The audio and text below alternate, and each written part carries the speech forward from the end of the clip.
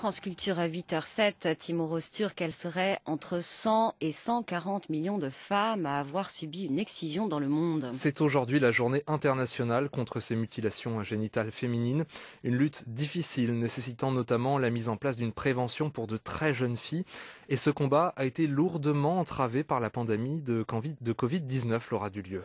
Si l'excision existe encore aujourd'hui, c'est parce qu'elle reste un sujet totalement tabou dans les communautés où elle se pratique. Kakpoktia Marie-Claire Moraldo a été excisée à l'âge de 9 ans en Côte d'Ivoire. Elle a compris des années plus tard ce qui lui était arrivé. On m'a embarquée pour une fête. J'arrive devant une pièce. Il y avait plusieurs petites filles qui étaient là avant moi, qui faisaient la queue. Et quand mon tour est arrivé, je suis entrée. Elles étaient 4 à l'intérieur. J'ai même pas eu le temps de réaliser ce qui se passait, qu'elles m'ont plaqué au sol. Et la 4e, avec son couteau, elle m'a coupé quelque chose.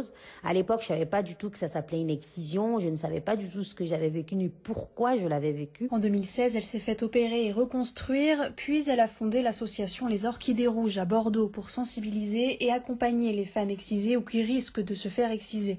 Or, cette sensibilisation a subi un coup d'arrêt avec la pandémie, ce qui inquiète les associations comme Vision du Monde. Camille Romain-Desbaux est la directrice générale de l'association. La pandémie va en fait sortir les filles des écoles et les filles qui sont à la maison vont se retrouver sujettes à tout un tas de violences, dont celle de la mutilation. Et ces jeunes filles n'ont plus la possibilité d'échanger avec les acteurs de la protection de l'enfance, n'ont plus la possibilité de parler à l'école. On observe également chez Vision du Monde une augmentation de 30% des mariages d'enfants actuellement.